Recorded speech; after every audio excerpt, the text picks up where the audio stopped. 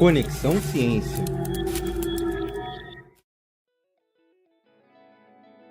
Se você chegou até aqui, já percebeu que a fotografia nunca foi só um clique. Ao longo dos episódios do Conexão Fotografia, exploramos como as fotos dialogam com a ciência, influenciam a realidade e ajudam a construir o senso crítico dos indivíduos. Agora, no nosso último encontro, é hora de unirmos todas essas ideias e olharmos para a fotografia como um registro vivo do tempo. Neste episódio final, continuamos com o nosso convidado, professor Tiago, para nos guiar por essa conversa.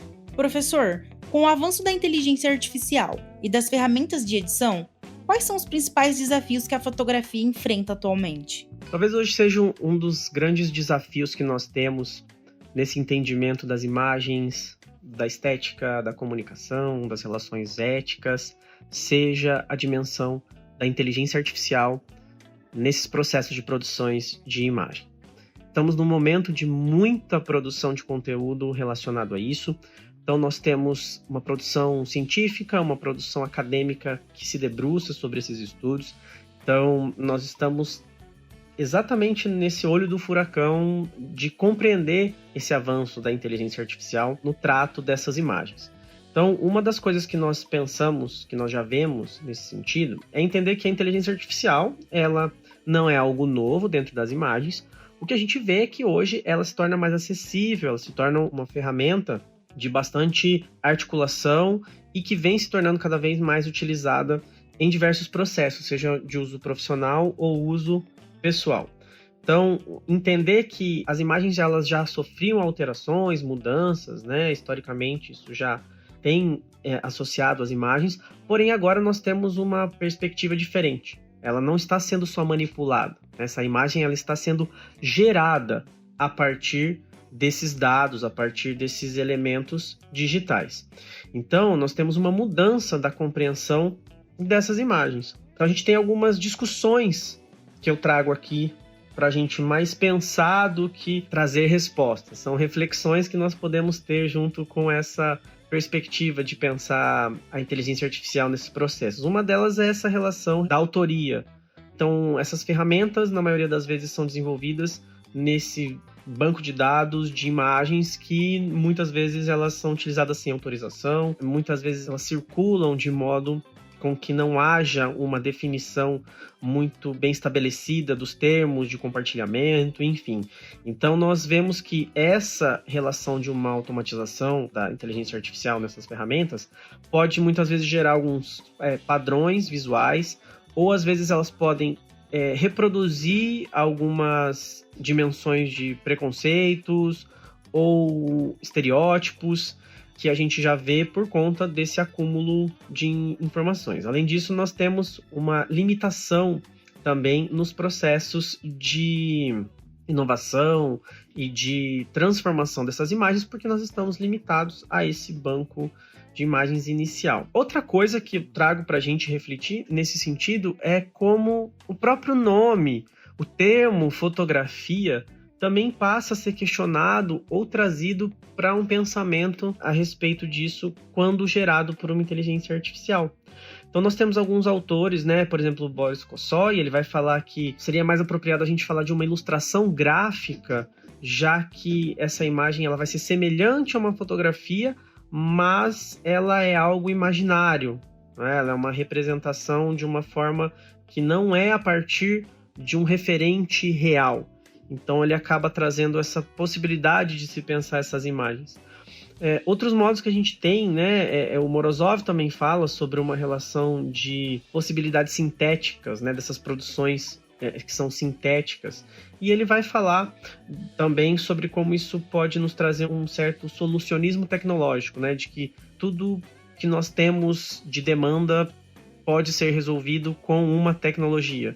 Então é pensar que a inteligência artificial ela vai resolver problemas relacionados a como essa imagem pode circular, ou como as pessoas podem produzir outros tipos de imagem, elas podem manipular, mas ela, por outro lado, necessita de um olhar transparente de como essas imagens são produzidas, de como esses sistemas e esses usos estão sendo feitos. Então essa é uma questão que nós vamos aqui ainda seguir discutindo e a cada dia trazer um pouco mais de compreensão dessas fronteiras.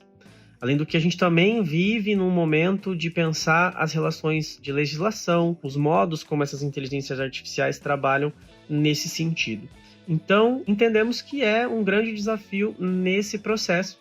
Entretanto, a gente ainda vê que há um olhar, uma necessidade humana da atuação. Mesmo nas ferramentas de inteligência artificial, ela sendo utilizada mais como, né, um recurso, não como um resultado final, a gente vê que cada vez mais se coloca isso em proposta. E também pensar que esse trabalho da fotografia, você poder fragmentar, você selecionar algo que vem de uma realidade, mesmo que depois manipulado digitalmente com algum recurso ou outro, mas isso passou por um olhar inicial que tem processos, que envolve processos de criação, que envolvem processos de estudo, de reflexão, de composição, que demandam, então, um olhar mais específico para aquele momento. Até porque também nós estamos falando de imagens que podem ser colocadas ali num contexto, por exemplo, da publicidade ou de uma representação gráfica, mas quando nós falamos de uma imagem que represente um fato, um acontecimento, então registrar esse acontecimento a partir de um ângulo de um fotógrafo, sem pensar que essa imagem vai ser construída a partir de elementos que não, de fato, foram trazidos de um referente, de um ponto inicial, também, né, nos leva a essa reflexão de que até que ponto a gente precisa dessa imagem de inteligência artificial, né, sendo que nós temos essa possibilidade, essa capacidade de produção das imagens também nesse ponto de vista do fotógrafo. Professor, cite alguma fotografia histórica que você considere marcante para a sociedade. Vou citar aqui uma fotografia histórica que eu acredito que seja marcante, seja uma fotografia do nosso contexto brasileiro, que é o registro da Passeata dos 100 Mil, que é uma fotografia realizada pelo Evandro Teixeira, no ano de 1968, na cidade do Rio de Janeiro. Essa imagem ela está contextualizada num período da nossa ditadura cívico-militar, e ela mostra a Cinelândia, no Rio de Janeiro, ocupada por uma multidão em protesto à ditadura. Então essa imagem ela mostra, aqui eu vou descrever ela de certo modo aqui para vocês, ela vai mostrar um conjunto de pessoas ali reunidas, que nós vemos ali uma manifestação, então nós vemos corpos, faixas, modos de posicionamento desses corpos, dos gestos, dos rostos ali, dentro da cidade, num espaço público, pensando nessa potencialidade política, nessa manifestação política. Então essa fotografia, ela se passa dentro de um contexto que nos é muito relevante para a nossa história, para a nossa relação com a democracia. Então ela também nos faz refletir sobre as dimensões do espaço público na relação que nós temos de buscar o nosso, né, direito, as nossas representações. Então a gente está ali vendo que é uma fotografia que é a partir de um acontecimento e que se transforma num documento também histórico e que tem ali também uma composição, uma perspectiva estética de ser analisada. Então ela combina diversos modos de entender uma imagem fotográfica e também passa a ser um documento, uma imagem que nos ajuda a ter uma ideia, né, de resistência à ditadura e também de um pensamento da nossa luta pela democracia. Obrigada, professor, por explicar um pouco mais sobre fotografia. Agora sim estamos prontos para fazer aquela sessão de fotos. Te esperamos para outros podcasts do C2. Até a próxima!